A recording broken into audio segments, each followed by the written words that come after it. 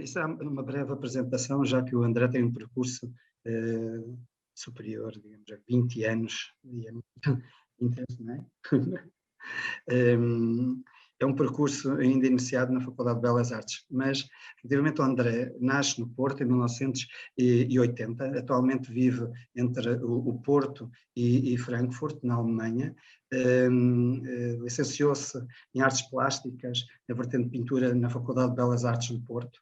Desde então tem apresentado o seu trabalho em exposições individuais e coletivas, não só em Portugal, em muitas cidades, mas em diversos países, Espanha, Alemanha, Letónia, China, Tailândia, Grécia e muitos mais.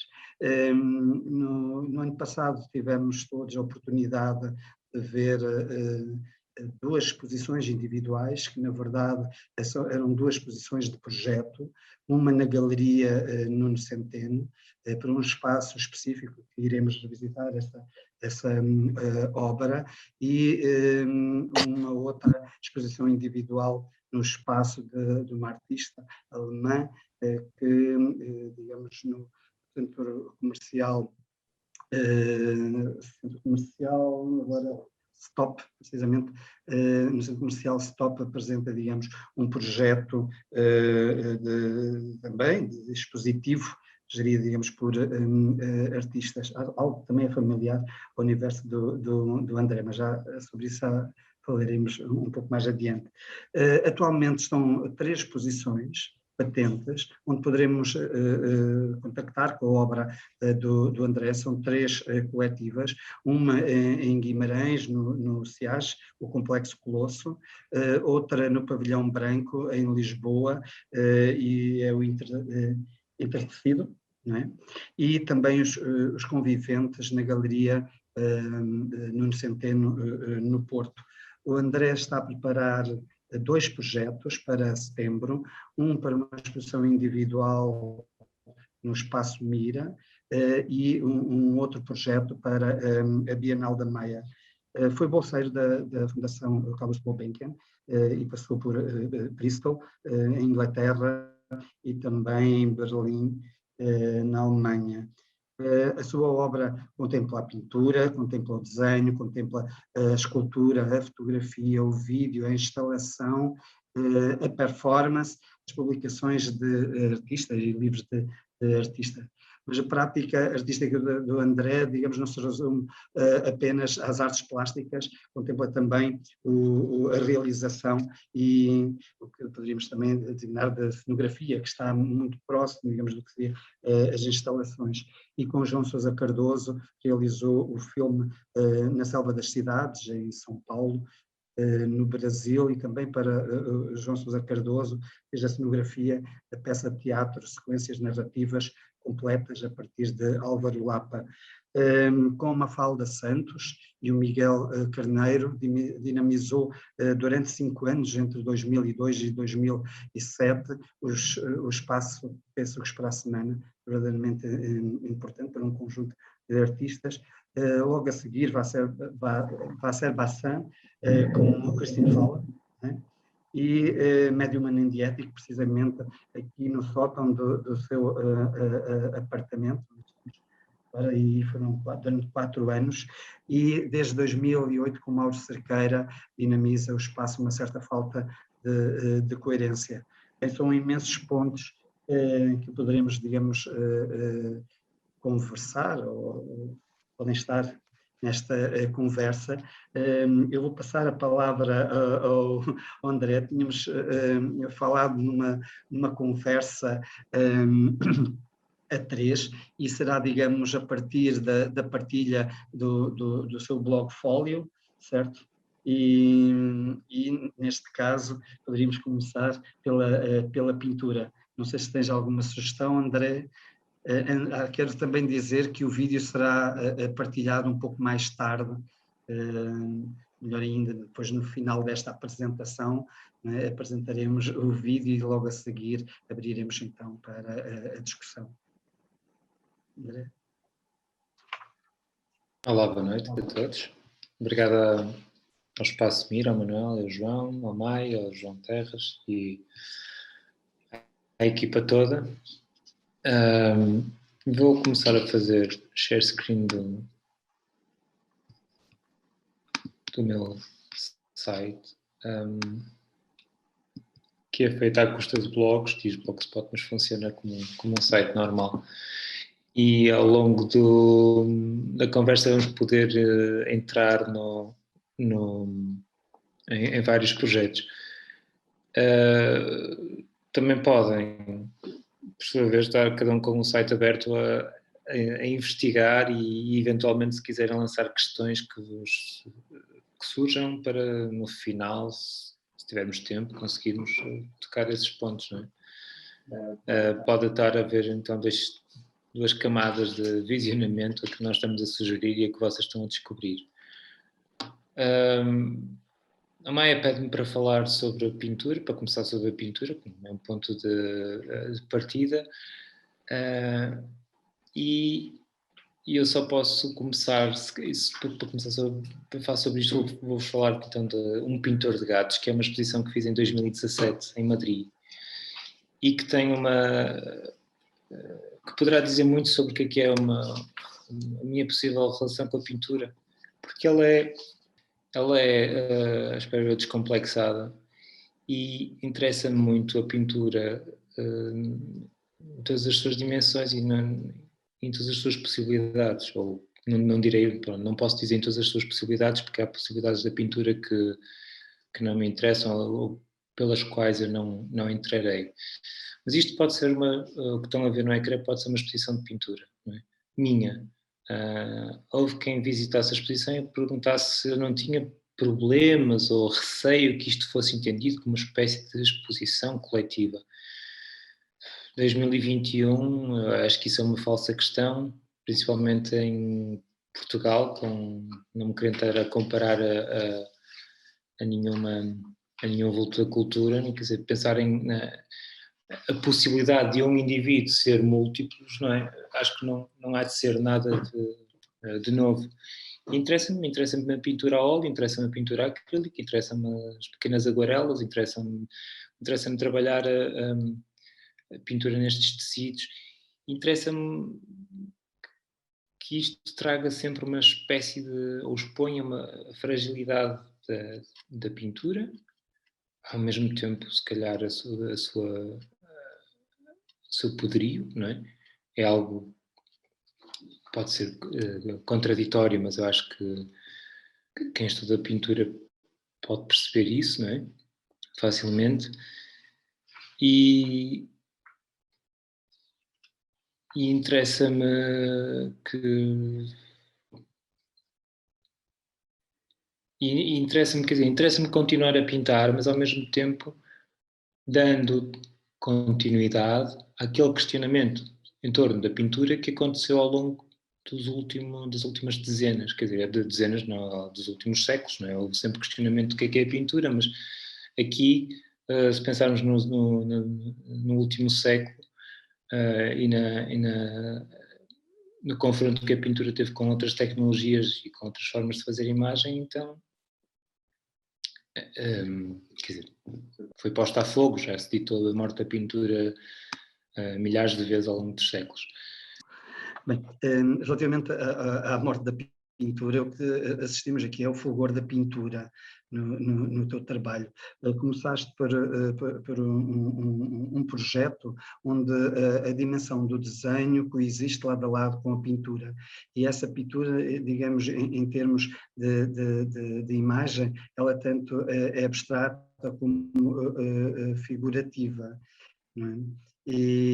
Mas tu tens obras onde num só suporte, né, elas coexistem. Aqui temos vários elementos de natureza diferentes que são instalados num determinado espaço, e nesse sentido podemos falar, digamos, de uma pintura expandida. Aqui ainda sobre um determinado suporte, mas a determinada altura ela irá conquistar o espaço, irá também se materializar em escultura, certo? E depois há outros momentos onde também temos a fotografia e o vídeo. Queres falar um pouco do projeto? Tanto temos essa dimensão figurativa como temos uma dimensão abstrata. Da mesma forma que a ideia de escrita que também em si já é desenhar, está presente. Outra situação são os diferentes suportes, né, entre o plástico e o tecido. E, nesse sentido, as tuas instalações vivem também de uma pintura que apela a algo mais sensorial. Queres falar um pouco do processo, como é que isto acontece, como é que são convocadas estas imagens, como é que elas vão sendo realizadas e depois são instaladas num determinado espaço? Porque, ainda que isso é um pouco mais adiante, porque veremos a seguir um outro projeto onde temos algo que é de site específico, algo criado especificamente para um determinado lugar.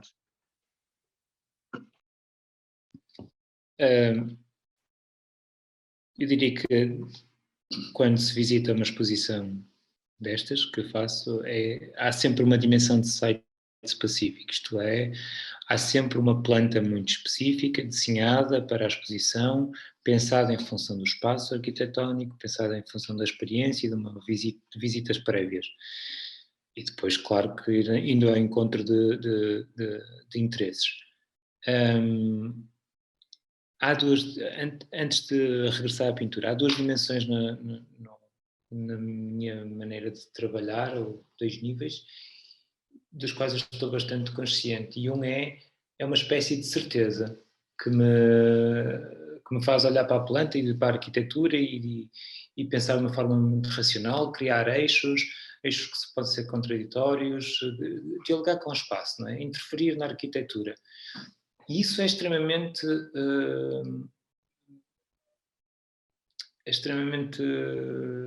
decidido. Quer dizer, decidido. É assim, imperativo. E vai marcar o projeto até ao final. Raramente, quer dizer, às vezes são ideias que surgem no início do projeto e raramente as abandono. Mas depois há como preencher isso, não é? Quer dizer, eu decido, vou fazer uma pintura de parede, uma parede de pinturas suspensas, mas eu não sei quais são as pinturas que ali vão entrar.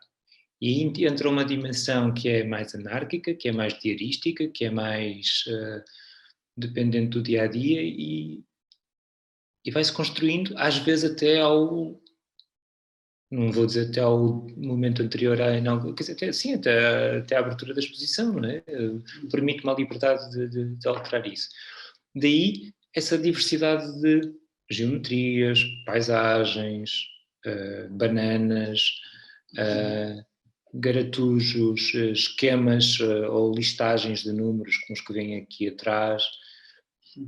E aí isto já tem a ver são diferentes universos dentro da pintura que me interessam e também dos quais eu não abandono. E às vezes há coisas que eu quero pintar e eu sei que quero pintar a óleo sobre papel. Ou há outras que eu quero desenhar e sei que vou desenhar com esmalte sobre um papel, uma napa. Ou então tecidos pintados a acrílico, quase como se fosse uma aguarela. E isso não se explica, não é? São vontades, é uma construção muito mais elaborada quer dizer, é o dia a dia, não é? Há jeitos que também são irrefletidos. Sobre esta diversidade, eu acho que surgiu também de uma. Agora és tu que tens que explicar o som, o microfone. Sobre esta diversidade, eu acho que surge também do modo como eu, depois de ter estudado pintura e ter passado pelas belas artes numa daquelas ao estudar pintura nas belas artes quarto, quinto ano, há uma espécie de questionamento, para que é que isto serve? A arte contemporânea é muito mais do que a pintura, vamos fazer outras coisas, entramos para a escola ainda pouco informados, saímos da escola só um bocadinho mais informados, e houve uma espécie de abandono nos últimos anos, quer dizer, estávamos a estudar pintura, mas não estávamos a apresentar pintura aos professores como resultado de trabalho. E foi preciso passarem uns 2 ou 3 anos para eu começar a fazer novamente pintura com vontade, com a vir de dentro, e comecei por fazer pequenas pinturas sobre papel. Havia um amigo que descobriu aquilo e disse que eram pinturas secretas, né? Quase como se fossem feitas com vergonha, com preconceito em relação à pintura, que é uma coisa super triste, não é? E à altura percebi também o caráter precioso que aquilo tinha, então comecei a pintar, ok, então se isto é tão precioso assim, em vez de sacralizar e moldurar, vou pintar também no verso. E a partir daí, estamos a falar de 2006, 2007, quer dizer, começa a haver uma série de pinturas que são frente e verso, como uma moeda, cara e coroa, em que uma imagem questiona a outra, são as duas pinturas, mas que se transformam em objeto e desafiam desafiam a si próprios. Os projetos. Eu posso dar o exemplo, quer dizer, esta pintura que está aqui cor de laranja e cinzento, que é feita a partir de um elemento arquitetónico que eu vi numa catedral, num teto, não é? Que de repente se transforma aqui numa espécie de acéfalo. Ela está nas costas, é um papel de 300 gramas, por isso é relativamente fino, não é muito mais espesso que uma fotografia impressa. Nas costas tem esta banana, com uma guitarra. A banana que com esta guitarra, explicando a anedota, ou o processo, ou o porquê de fazer esta pintura, sem qualquer... correndo o risco ao explicar a anedota, também estragar a anedota. É a partir de uma citação do Kurt Vonnegut, que diz I could carve a better man out of a banana. Poderia fazer um homem melhor a partir de uma banana. Por sua vez, acho que é uma frase atribuída a um presidente dos Estados Unidos. Quer dizer, quando eu vi esta frase, achei incrível, não é? Deu-me vontade de me comparar com uma banana, com o que poderia ser esse homem banana, mas também percebi que quando era miúdo fazia desenhos de uma banda que tocava música com os Tutti Frutti e cada peça de fruta, estou a falar de coisas com 10 anos, né, de idade, cada peça de fruta tinha o seu instrumento. De repente as coisas, eu tinha que pintar a banana, não é? E depois para a banana pedi uma guitarra emprestada a um amigo, calquei a guitarra, quer dizer, começam a surgir novas camadas que se vão acrescentando ao trabalho. Para perceberem, por exemplo, o processo de como é que este objeto, que está neste momento em exposição na Galeria Nuno Centeno, porque é que ele tem esta identidade tão estranha? E eu quando estou a pintar um objeto, uma das faces, eu estou consciente que é que está atrás, mas há uma aleatoriedade enorme, quer dizer, eu permito-me pintar nas costas da banana outra coisa, não estou a guardar à espera de fazer pares perfeitos, porque não há pares perfeitos, se calhar há, na pintura. Uma das características do seu trabalho é precisamente esta determinado elemento pode ser apresentado numa outra exposição, e estabelecer ligações com outras obras. Estou-me a lembrar desta mesma peça, que há pouco referiste, que está patente atualmente na Galeria Nuno Centeno, mas também no conjunto de trabalhos que tinhas apresentado em Espanha e depois apresentaste também no Sub-40 e mais tarde certos elementos, digamos, dessa instalação no Sub-40 são apresentados de uma outra forma num outro espaço, o Laboratório de Artes em Guimarães. E a verdade é que é uma obra que vai ser diferente, alguns elementos são os mesmos, mas ela vai habitando o espaço de uma outra forma, sempre com novas leituras, porque também o espaço é outro e porque também os elementos que são convocados para cada uma delas são diferentes. Esse é o Laboratório das Artes, não é?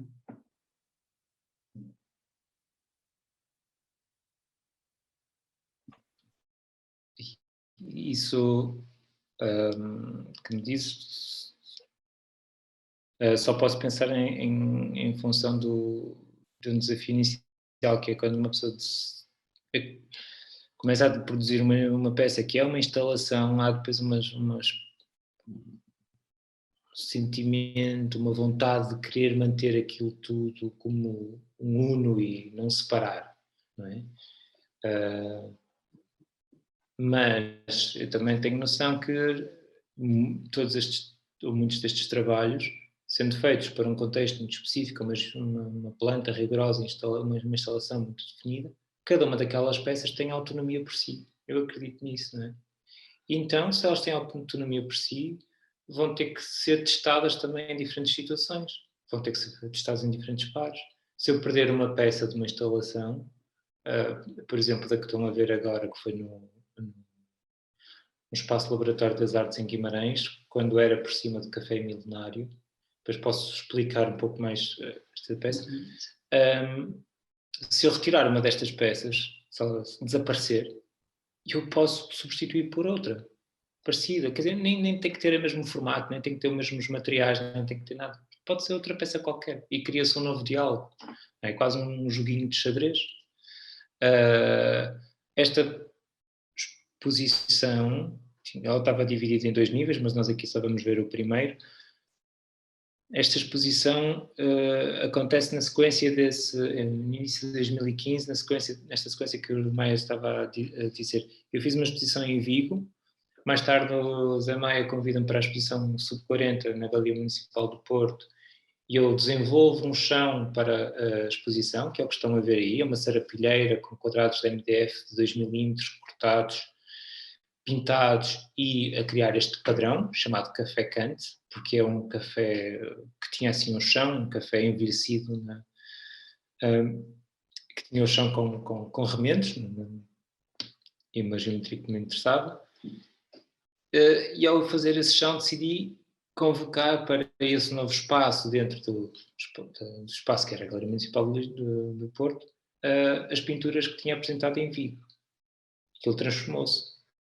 Quando surgiu a possibilidade de fazer uma exposição em Guimarães, depois de alguma transformação arquitetónica no espaço, porque há umas paredes que eu fiz desaparecer ou movimentei, criei uma espécie de entrada nesta sala, voltei a utilizar o chão, utilizei novas pinturas, mas também introduzi estes elementos que são umas colunas, que são construções minhas, são colunas feitas de MDF, madeiras pintadas, às vezes com um objeto, como este aqui. Esta coluna já tinha sido apresentada uma vez numa performance e aqui foi somado este espelho com o Charlie Chaplin, The Kid. São réplicas, bom, não podem ser réplicas precisas, mas são réplicas de arquitetura vernacular, não é? Muitas vezes coisas encontradas em cafés ou espaços menos novos. Surgiu também uma pintura encontrada, feita por um familiar, chamada O Palhaço, uma pintura de 1974, que não é minha, mas está aqui ao barulho. Mais uma coluna feita a partir de um café e de repente foi preciso instalar estas coisas. Eu que achava que isto eram objetos tão diferentes uns dos outros. Foi preciso criar esta instalação para perceber que estas colunas, elas são pinturas e aquelas pinturas sob papel com 2,40 m de altura e 90 cm de largo, elas são colunas. E essa experiência só aconteceu ao testar. Esta coluna que temos aqui, que é branca e azul, que é um acrílico azul em cima do espelho, ela partiu de uma experiência muito simples, que é estar num café e ver-me refletido numa destas colunas, e porque a coluna tinha um acrílico azul que protegia o espelho partido, eu sentia-me metade dentro da água, não é? Aquele efeito que é, estou com metade do meu corpo dentro da água. Isto para mim era uma referência, ou era uma evocação de todas aquelas pinturas que nós conhecemos da Idade Média, com Cristo, por exemplo, dentro da água, até à cinta, e nós sabemos que a representação da água é simplesmente uma velatura azul sobre o corpo, sobre uma parte do corpo, não é? E isso cria o efeito. Aqui tínhamos uma coluna com um televisor falso, também pintura, também feita a partir de café. Esta é uma das tais pinturas. Esta pintura aqui foi apresentada com as costas ainda. Não, esta não. Mas houve uma pintura aqui que foi apresentada com as costas ainda em branco. Esta. mais tarde regressou ao ateliê, as costas foram repintadas e integrou outra exposição. Não é? Por isso também tem a ver com a vida dos objetos, com a liberdade dos objetos, e com a minha liberdade, espero eu. Querias saltar aqui para alguma coisa, não? Não, é que nesta instalação tu convocas a escultura e convocas também o vídeo. E depois gostaria que também apresentasses a instalação criada, ou o projeto criado para o Artes. Aí a dimensão escultórica, não é, ainda é maior. Vimos há pouco a pintura que vai, digamos, sendo instalada no espaço e vai criando ela outras paredes, ainda nem falámos do que é o desenho do espectador, porque o espectador nestas instalações, digamos, é exigido toda uma performatividade, ele tem que, por vezes, se afastar, aproximar-se, por vezes tem que contornar determinado objeto e manter-se distante de um ou outro elemento, ou aproximar-se para ver um determinado vídeo. Bem, de alguma forma faz-me lembrar o universo de Kabakov, quando ele desenha o próprio percurso do observador. Para além de desenhar a exposição, ele desenha o percurso dele, entra, qual é o primeiro objeto, distancia-se de determinado objeto para o ver na totalidade, mas há um outro com dimensões mais reduzidas, terá obrigatoriamente de se aproximar, se há um objeto no chão, terá que se baixar, há por vezes elementos que estão num plano superior, terá, digamos que ver uma pintura de uma ou outra forma, e nos seus projetos parece que há um desenho do observador, há uma consciência de que este observador terá que ser ativo, ele terá que se envolver, e esse ver, digamos, já não é propriamente ver uma pintura que está, digamos, nivelada, segundo as normas, digamos, de que seria uma curadoria ou expor a arte a 1,63 m, mais ou menos, né, do que seria o centro, né, estará, digamos, dentro da imagem. Aqui as imagens são espacializadas e ao serem espacializadas exigem. Mas, por exemplo, nesta instalação, a pintura passa para a escultura, ela materializa-se. Vamos falar então um pouco disso. Essa experiência do que é ver uma exposição, depois de termos visto tantas exposições, depois de termos estado tantos exemplos, eu não consigo fazer uma exposição sem pensar na experiência que o visitante vai ter, não é? E houve sempre uma vontade de fugir à possibilidade de um visitante entrar numa sala, dirigir-se ao centro, rodar sobre si próprio e ir-se embora, não é? No limite a caricatura é essa. Claro que não querendo isso, então vamos fazer com que a experiência seja o mais rica e o mais... e exija a experiência real, não é? Acho que isso se agravou. Não quer dizer que eu mais cedo ou mais tarde não faça uma exposição com pinturinhas pequeninas na parede, não é? Não tenho, eu adoro isso também, porque eu também gosto dessa experiência, quando o trabalho é bom, mas há uma vontade de criar obstáculos, não é? E sabendo então que estamos num tempo em que a maior parte da arte é vista através de imagens, e cada vez mais será isso, então vamos dar um bónus a quem se desloca ao espaço, não é? Há coisas que só vais descobrir, não é verdade, podes fazer 1000 vídeos, podes fazer 1000 fotografias, há 1000 exposições bem documentadas que nós vimos digitalmente e elas foram marcantes, foram igualmente marcantes para nós, mas é isso, vamos valorizar a experiência real. Esta exposição tinha um título que parece que só servia para baralhar, porque é uma referência à paisagem, é uma espécie de tempestade que aí vem, canas ao vento, folhas que rolam, flores esmagadas, areias que dispersam, é uma ventania, não é? Foi roubado a Agostina Bessa Luís. E estas 4 situações, elas de repente transformam-se em 4 peças escultóricas na exposição. Aqui não havia a questão da parede, porque estamos a falar de um pavilhão sem paredes e com janelões a toda a volta. E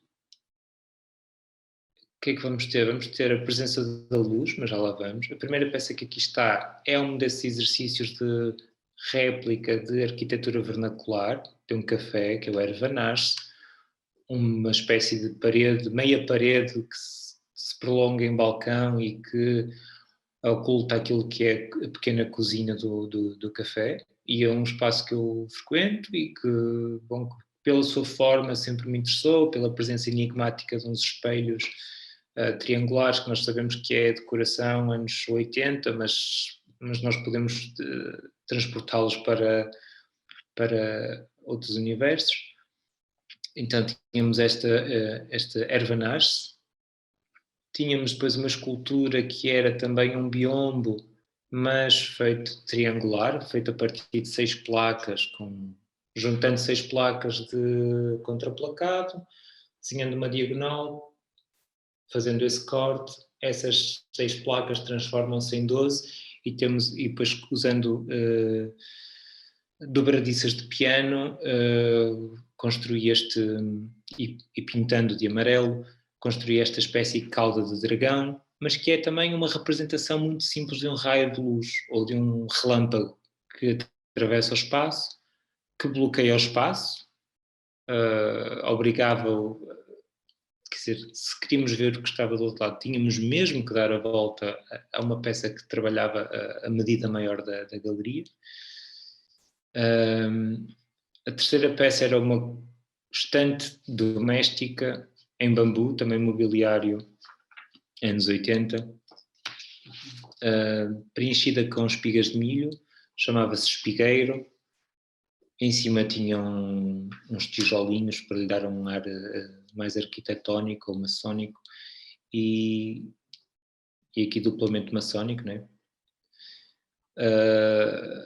E quer dizer, era a concentração da riqueza, não é?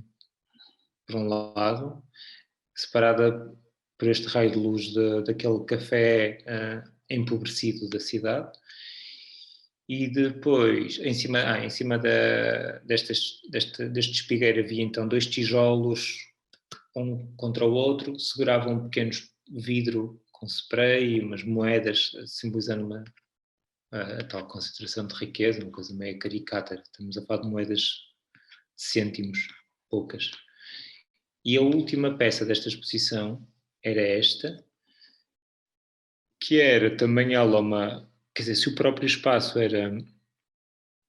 se o espaço onde estamos a fazer a exposição é uma espécie de caricatura do pavilhão de Miss van der Rohe, da Neue Nationalgalerie em Berlim, não é? Em miniatura, eu trouxe para aqui um fragmento da cúpula do Brunelleschi, de Florença. Não é? Visitando a cúpula do Brunelleschi em Florença, impressionou-me imenso a presença dos tijolos, perceber o sistema construtivo daquilo, e isto que é um sistema de construção em espinha que permitiu que ele fizesse a parede em curva que faz a cúpula. Eu transpus para uma colagem também em MDF, placas de 2 milímetros, que foram mergulhadas em uma tinta diluída em água, assim algo meio leitoso, e depois foram coladas num tecido e suspensas como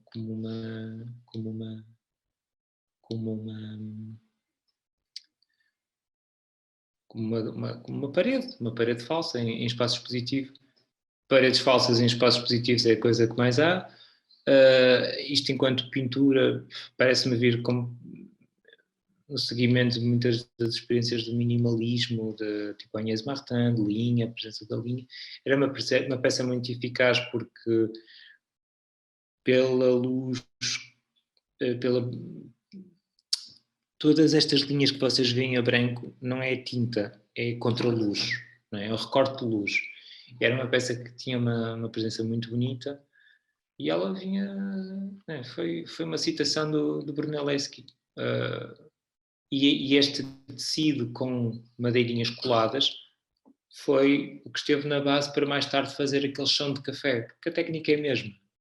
O efeito talvez não seja, porque depois foi para o chão, porque foi para... mas a técnica é a mesma, não é? É o mesmo material, mas com uma dimensão, quer dizer... E tudo isto chama o quê? Tudo isto chama... Tivemos até agora a falar de pintura, mas tudo isto chama história da arquitetura, porque é uma espécie de falsa história da arquitetura, ou minha, onde eu evoco pequenas referências que são muitas vezes tidas como nós, mas aqui é uma referência maior da história da arquitetura. Né? Mas é trazer para o mesmo universo. O Brunelleschi e o café do Sr. Pereira. Né? Eu só vou introduzir uma coisa rápida, que estava aqui já para falar há pouco. Eu conheci o André pessoalmente há relativamente pouco tempo e das primeiras coisas que eu senti foi, e comentava isso com o José Maia até hoje de tarde, tinha muito que ver com o facto de tudo que eu sentia no André desde que via as exposições dele, desde que cheguei ao Porto em 2011. Tem muito uma existência muito ligada a tudo é pintura, tudo é na verdade, a escultura é pintura, os objetos passam a ser pintura, mas o que mais me atraía sempre foi esta ideia de uma estratégia de se aproximar à vida, pequenas estratégias de estar próximo da vida, de estar próximo do real. Isso, e eu não conhecia aquela exposição, conhecia de ver imagens, mas nunca tinha falado com o André sobre a exposição do laboratório por cima do Café Milenário. E é engraçado como aqueles objetos, o André falava de estar dentro, ou seja, de no café estar dentro da pintura, ou no café estar dentro do real, e aquele objeto ser isso. E aqui, né, neste raio de luz que estava na galeria, ou mesmo na cúpula do Brunelleschi. Ou seja, esta ideia de isto serem estratégias de te ligar ao real e da pintura te ligar ao real, que foi na verdade o que sempre os pintores desde o início fizeram, e isso faz com que quando eu entrei para a faculdade realmente vivi do mesmo pânico de não querer ver pintura, né? Porque achava que não era contemporâneo, não fazia uma existência. E com a minha idade longa, né? Porque eu já sou bastante adulto, ainda sou um puto, né? Mas faz com que já consiga perceber melhor isso. Quando as telas, os tecidos do André chegaram a Guimarães, eu estive com ele na montagem, e quando eles chegaram, o que mais interessava ali eram realmente aqueles tecidos, eram aquelas pinturas, não me interessava outra coisa senão olhar para aqueles trabalhos. E depois, quando fazemos a viagem para Pitões, depois o André poderá falar sobre isso, eu já deixei de perceber qual é que era o início e o fim daquelas telas, já não sabia se aquela viagem já eram as telas, se estar em Pitões já eram as telas, e comecei a perder o fim e o início da pintura, que acho que é o que acontece sempre na obra do André. Não sabemos qual é que é o fim e o início das obras. O fim perde-se.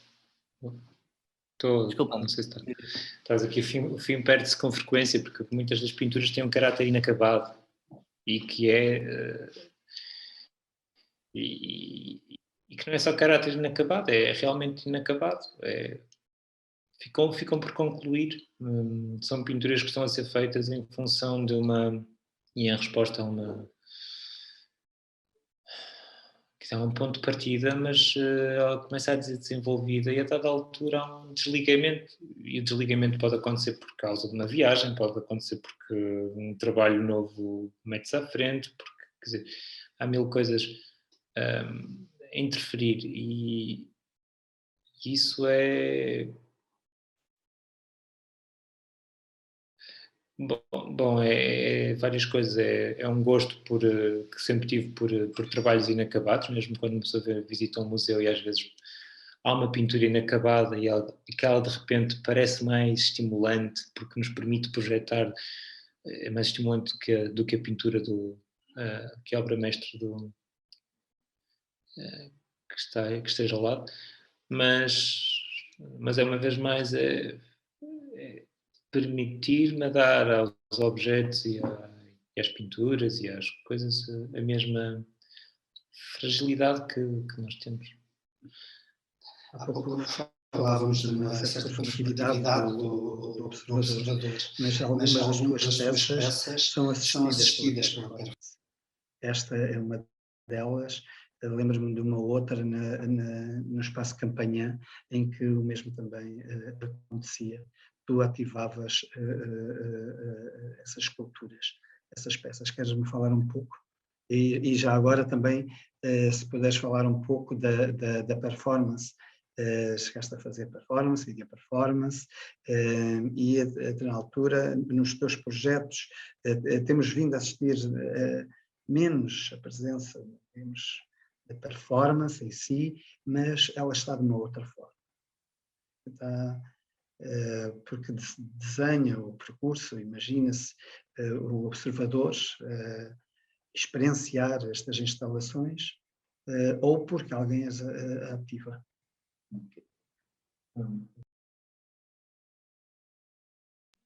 No espaço Campanhã, em 2008, sim, houve uma escultura que era uma rampa e de repente houve uma performance, mas acho que eram coisas separadas, aconteciam na mesma exposição, mas eram autónomas. Nem sequer era uma ativação, eram mesmo coisas separadas.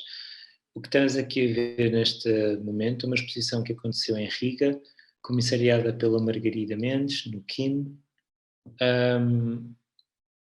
em 2012 ou 11, já não me lembro, e era a exposição, a galeria era uma sala com 2 colunas, e este é um daqueles exemplos onde eu vos posso dizer que eu tive necessidade de reagir à planta do espaço. O que vocês estão a ver aqui é uma coluna vermelha, uma coluna preta, é o que já existia, era uma parede falsa dentro do museu, mas que não me interessou para nada, e o que eu fiz foi, se eu entro por aqui por baixo, não é? E no ponto médio isto não dá para fazer share screen do meu dedo, pois não, porque eu estou a apontar para a imagem. No ponto médio da entrada, há uma linha azul que passa no ponto médio entre as 2 colunas. E eu decidi, bom, este vai ser o primeiro eixo, vai ser o eixo visual que as pessoas vão ter ao entrar no espaço. Então, vou criar uma outra barreira ali a 90 graus, com esse eixo, e vou criar um lá e um cá, e um vai ser espaço real e o outro vai ser espaço virtual. Mas não estamos a falar de espaço virtual na internet mesmo. O espaço virtual aqui aconteceu como? Foi a construção de uma grelha com madeiras retiradas de uma floresta nos arredores de Riga, a construção de uma grelha em função de uma fotografia, de uma outra grelha que eu tinha por acaso fotografado na Serra da Estrela, que não era uma grelha nenhuma para representação de imagens ou como ferramenta de desenho como as que nós temos desde o Renascimento, por exemplo, mas na altura, quer dizer, eu fotografei a paisagem com aquela grelha pela frente e aquela grelha tosca de ferro transformou-se nisso, não é? Uma grelha para representar a paisagem. Eu trouxe-a para aqui, com outra escala, com outros materiais, e de repente aquilo ali fazia uma divisão entre o lado de cá, este tabuleiro de jogo aveludado, verde, um filtro verde, com umas esculturas que evocavam pirâmides e um disco solar, mas quer dizer, coisas feitas de forma bastante precária. Um banco de ginásio, mas que também sugeria o espaço, o banco de museu, onde as pessoas se podem descansar nos longos corredores dos museus. E do outro lado havia um amontoado de objetos. Aqui temos o banco, temos as pirâmides, temos uma coluna passa a estar do lado de cá, outra passa a estar do lado de lá, uma é branca e imaculada, a outra é vermelha e preta, como fazendo quase uma referência quer ao vermelho e negro dos anarquistas, quer aos... Reparem nestes 2 olhinhos. O meu cursor aparece aí.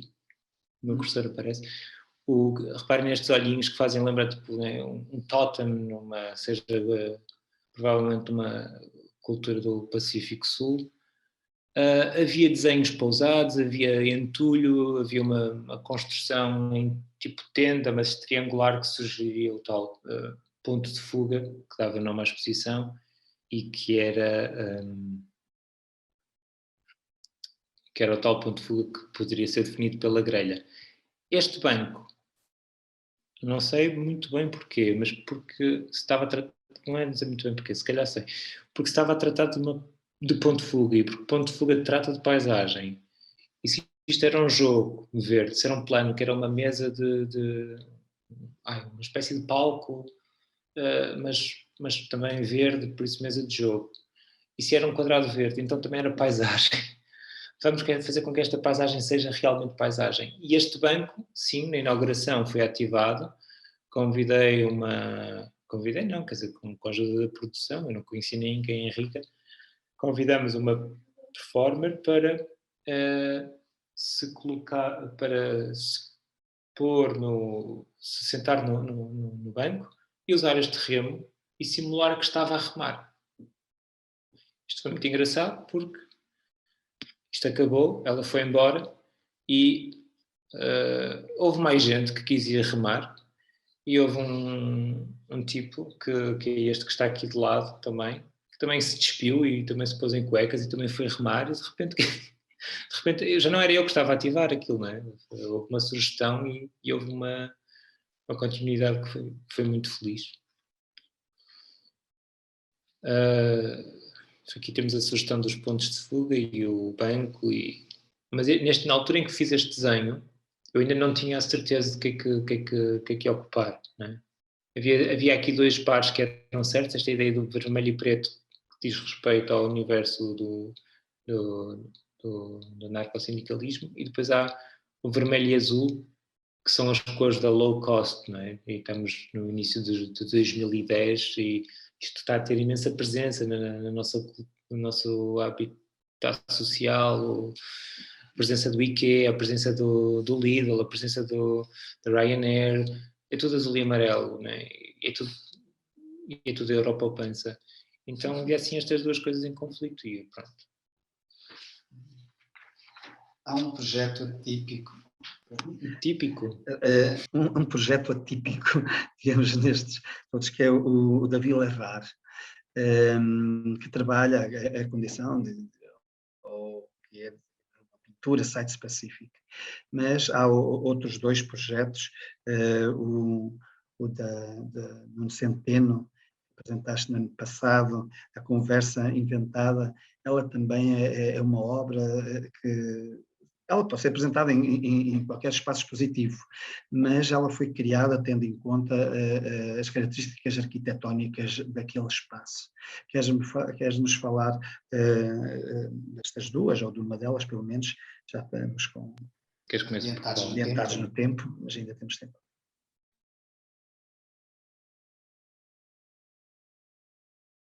Okay.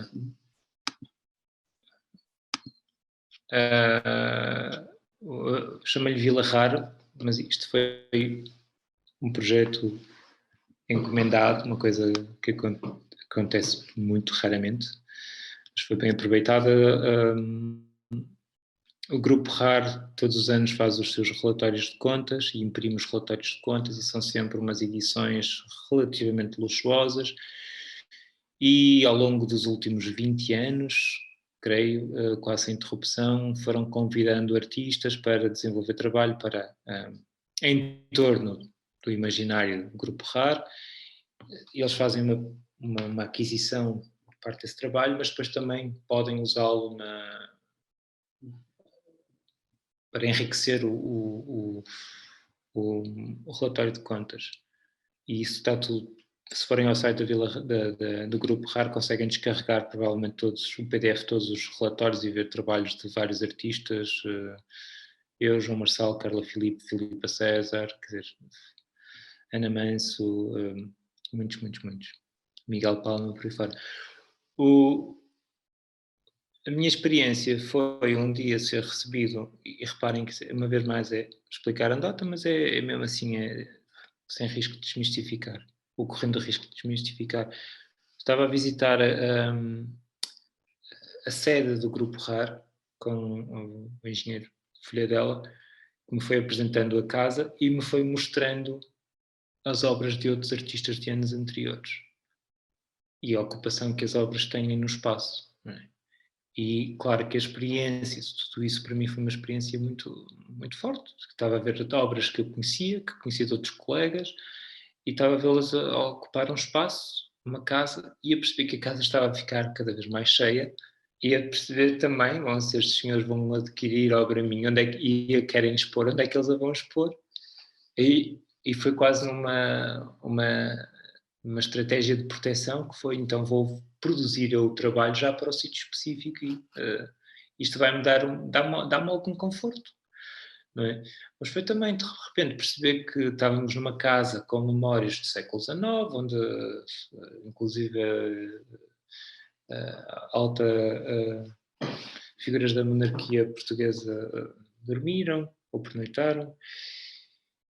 E todo esse ambiente de casa de luz fez-me pensar nas vilas, nas pinturas, nas casas com frescos, com pinturas decorativas.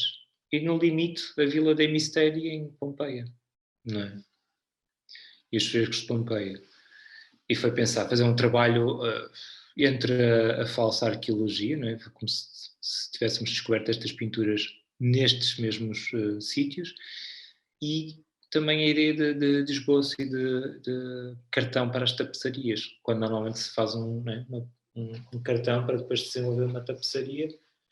E comecei a desenvolver. Regressei, depois de ter visitado todas as fábricas e ter visto coisas impressionantes, como fábricas de produção de latas, e plantações no sudoeste alentejano. Quer dizer, voltei à casa e fui para a casa que quis trabalhar, decalquei estes espaços, estas pequenas molduras que havia ainda vazias, uma nas escadas, a outra na sala de jantar, estas duas molduras triangulares, mais estas duas grandes molduras verticais numa sala de reuniões, tirei as medidas exatas, passei-as a tecido e comecei a pintar esses tecidos, como se estivesse a fazer esquemas no limite, esquemas de decoração para a casa, e evocando-a também numa referência, quer dizer, frescos que podem ser os de Pompeia, mas também podem ser os de Diego Rivera, que são extremamente decorativos, ao mesmo tempo extremamente politizados. Né?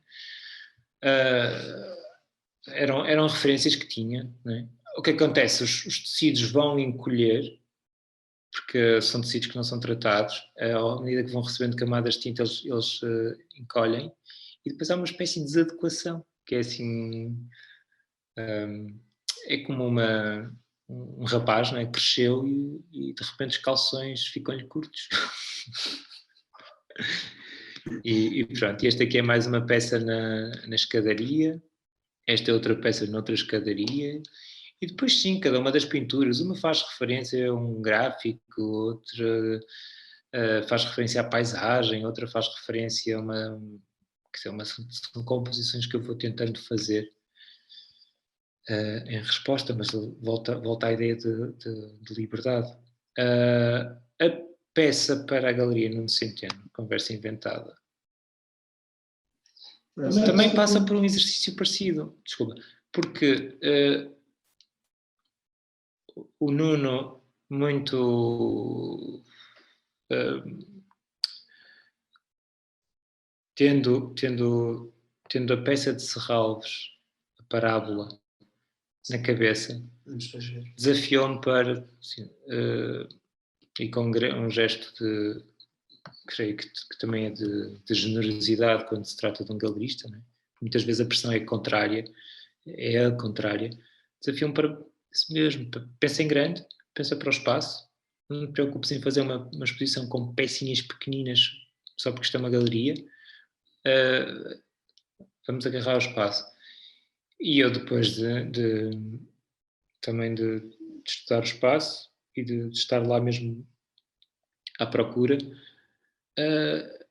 fiz-lhe duas propostas e uma delas era esta, e discutimos em conjunto.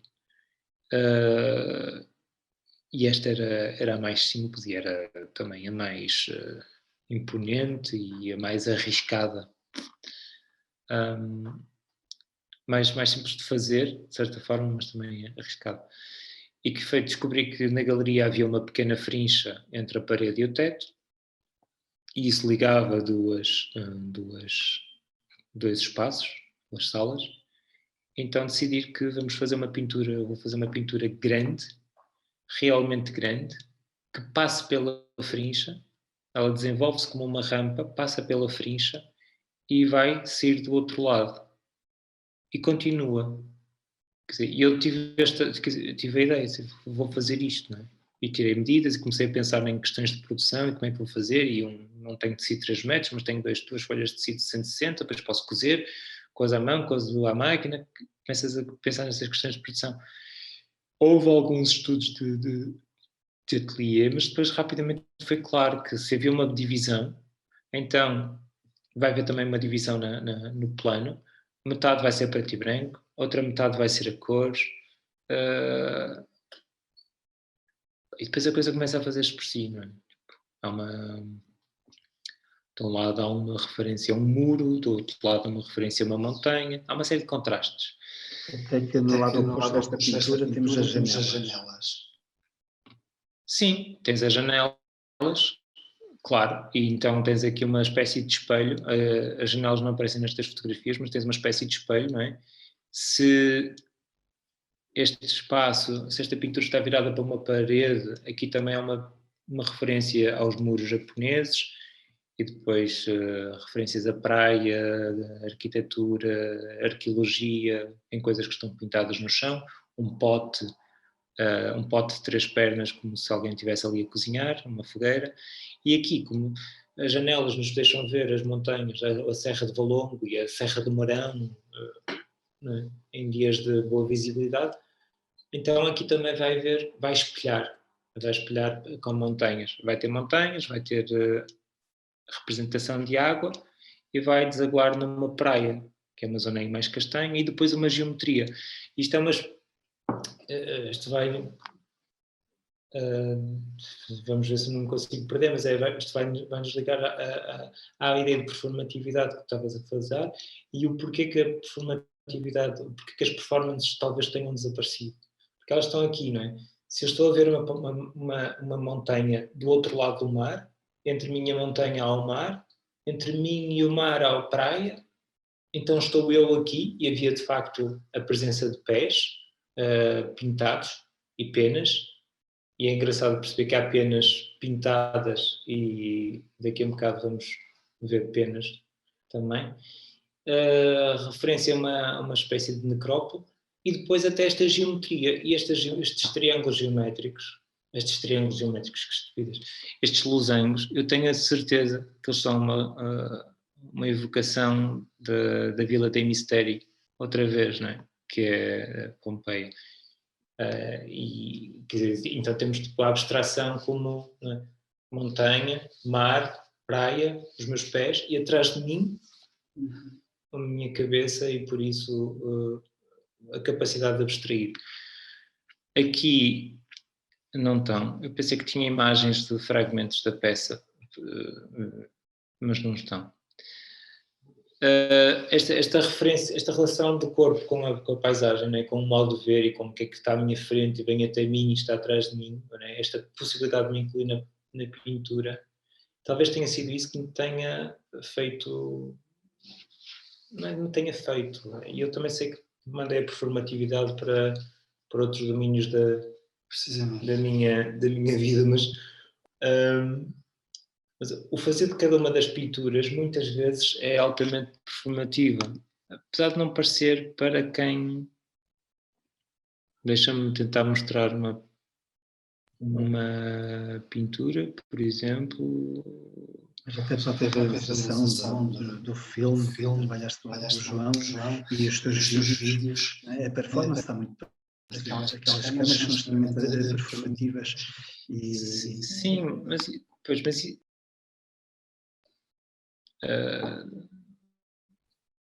é sempre a presença do... Né? Estás de corpo presente, estás à procura, estás em movimentação. Mas, por exemplo, estas pinturas que aqui estão, estas linhas brancas, que são fita cola que está no papel e que depois é arrancada no final, depois da pintura acontecer, não é?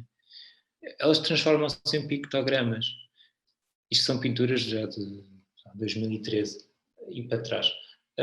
E estes pictogramas, eles são feitos a partir de uma transposição das minhas medidas para a pintura, não é? Eu encosto-me realmente à pintura, eu faço pequenas encenações, não é? Encosto-me à pintura.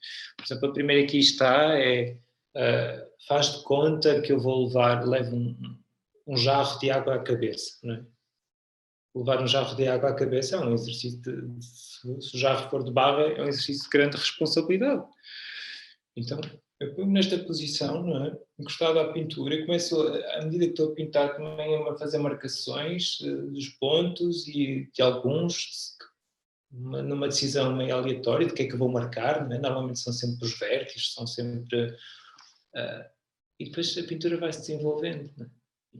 E o corpo, ele está na pintura, e a presença contínua destes formatos também, porque tem um caráter de porta, também quase alto, não é? Ou de portal, tudo isso, não sei. E também o facto de muitas das performances que eu fiz, se calhar há 10 anos atrás, elas iam não é 10 anos, iam muito numa necessidade de questionar o que é isso da performance, então elas testavam sempre modelos diferentes, não é? O performer enquanto desportista, o performer enquanto bailarino, o performer enquanto xamã, o performer enquanto conferencista, o performer enquanto skater, o performer, assim, não é? Havia assim uma espécie de checklist que, bom, não sei se era o mais interessante, mas foi o que foi acontecendo. Temos aqui um comentário do João Pimentel que diz: numa pintura inacabada pode dar-se aso ao espectador de imaginar um final para essa pintura ou obra, algo que nos faz pensar. Portanto, tinha este comentário aqui. Um outro que não está relacionado com isto foi o interesse que tive, e não sei se o André quer estabelecer essa relação entre o real que a partir de onde parte a obra, designadamente o café Ervanás do Sr. Pereira.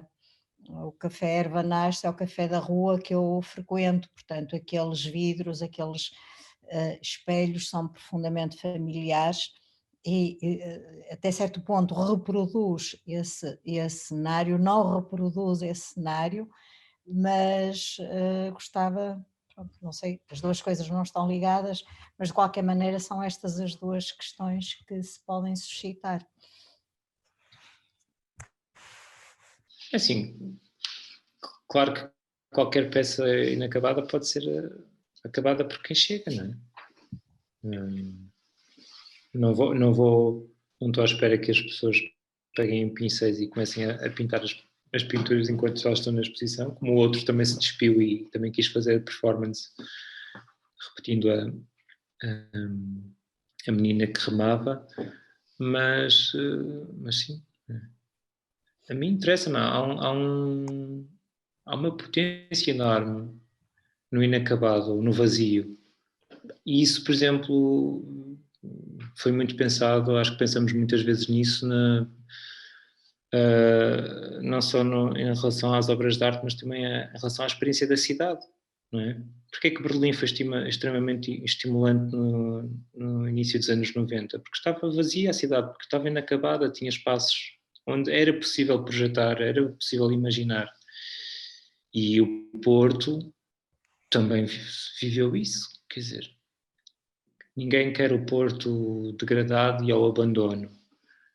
Mas a verdade é que aquela cidade abandonada dos anos 90 e dos anos 2000, em princípio dos anos 2000, era extremamente estimulante, era tão fácil pegar em qualquer sítio, entrar em qualquer sítio, usar um espaço e ter quer dizer, e nós crescemos com isso. André, diria até que uma certa falta de coerência foi das coisas que eu mais senti, né? Quando cheguei ao Porto era isso. Não sentia que era uma bandeira do espaço alternativo, que queria estar à margem, ou que, claro que era isso também, mas não era embandeirado. Não queremos estar à margem. Queremos estar à margem de algumas coisas. Sim. De algumas coisas que estão ao centro, mas... Acho que ainda uma bandeira pura, pá, na luta, mas que era isso, ou seja, era um lugar que, pronto, que sentia ao mesmo tempo esse Porto, uma ideia de Porto, pronto, que tem aquele lugar, mas também essa ideia do espaço em transição, ou ir para algum lugar inacabado. Pronto, e o Café de Sapareira faz parte dessa cidade cheia de potência, não é? É um café que já teve melhores dias, tem poucos clientes, tem uma pessoa muito simpática a atender, mas tem uma montra de produtos relativamente pobre, mas chega. Tem umas mesas que são excepcionais, são grandes, não é? E depois, quer dizer, não é? Quer dizer, nessas peças de reconstrução de arquitetura vernacular, a do Café Ervanach foi talvez a mais elaborada. E curiosamente era mais perto de minha casa. Mas houve outras que às vezes são apropriações de que... Não, na verdade acabam por ser apropriações de espaços que eu frequento regularmente. O Café Canta é um café em Frankfurt onde eu só não vou mais vezes porque não é assim tão perto de casa, mas uma coluna preta era a partir do Café Churro, que havia na Miguel Bombarda e que frequentei muito. Quer dizer, a coluna com o acrílico azul é o Café Jenseits, que era o café que visitava quando estava em Berlim. Por isso, aqui tinha que acontecer. E pedi autorização ao Zé Pereira e tirei as medidas e depois disse-lhe, ele foi ver a escultura também e foi engraçado. Queres falar um pouco destes trabalhos em vídeo, o apresentado e agora, e também, já agora, apresentar o trabalho que irá encerrar esta sessão? É muita coisa, não é? Estamos a falar de trabalhos em vídeo que vivem muito mais da linguagem vídeo que da linguagem cinematográfica. E se vamos buscar alguma coisa ao cinema, normalmente é ao cinema mais independente e mais livre, que pode ser o do John Zemeckis, pode ser quer dizer, pode ser muita coisa, não interessa dar aqui a lançar nomes.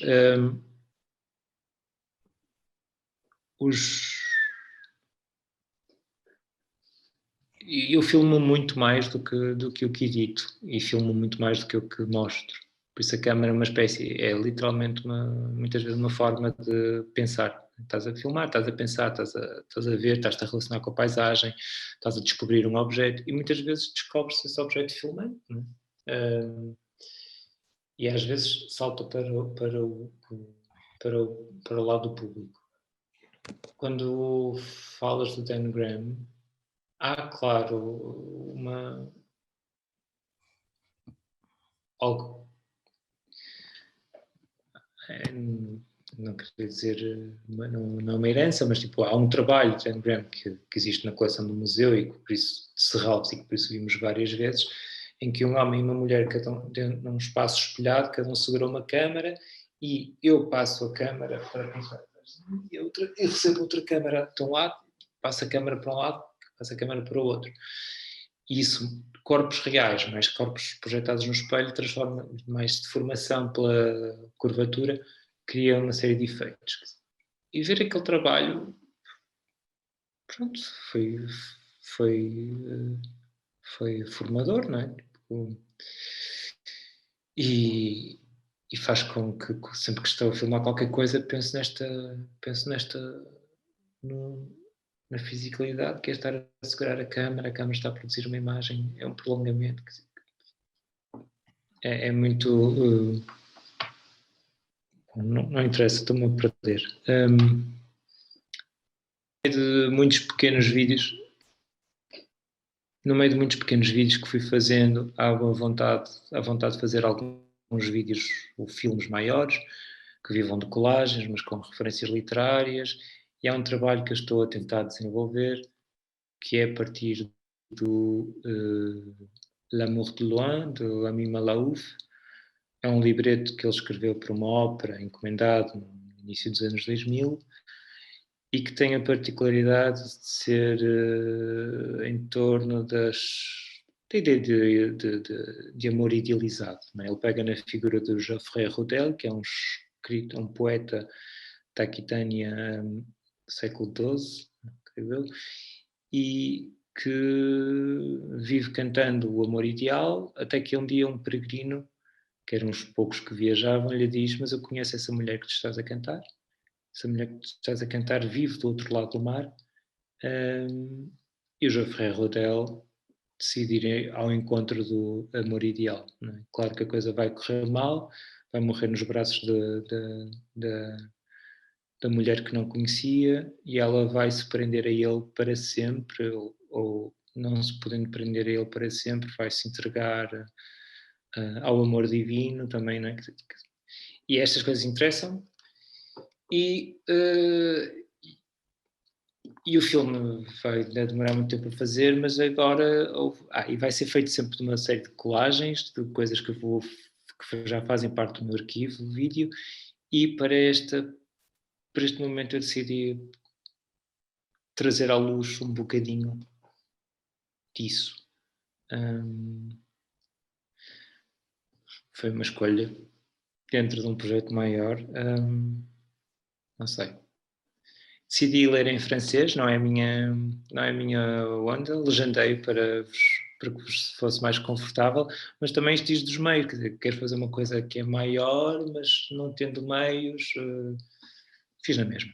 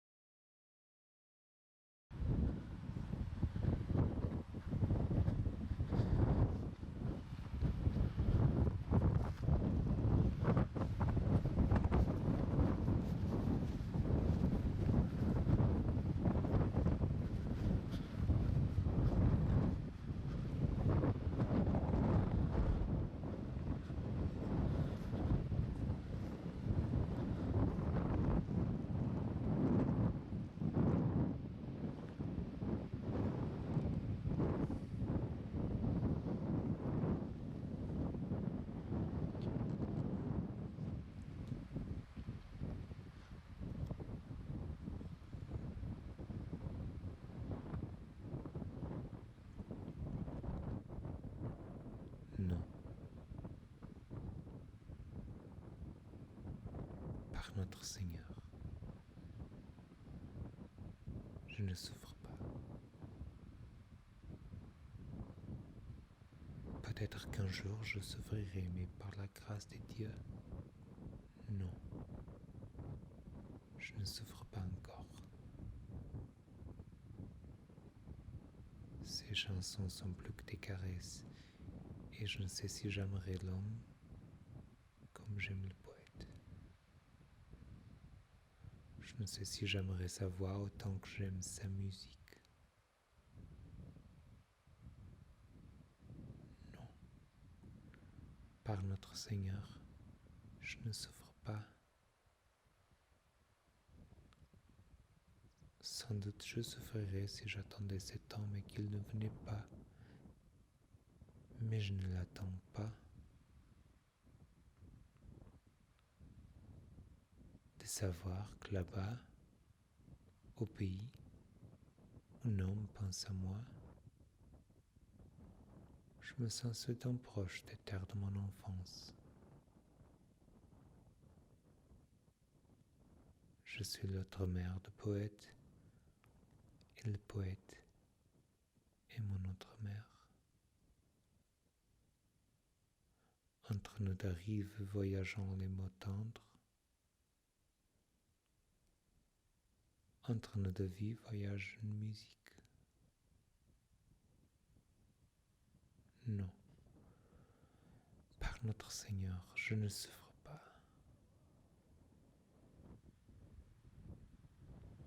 Non,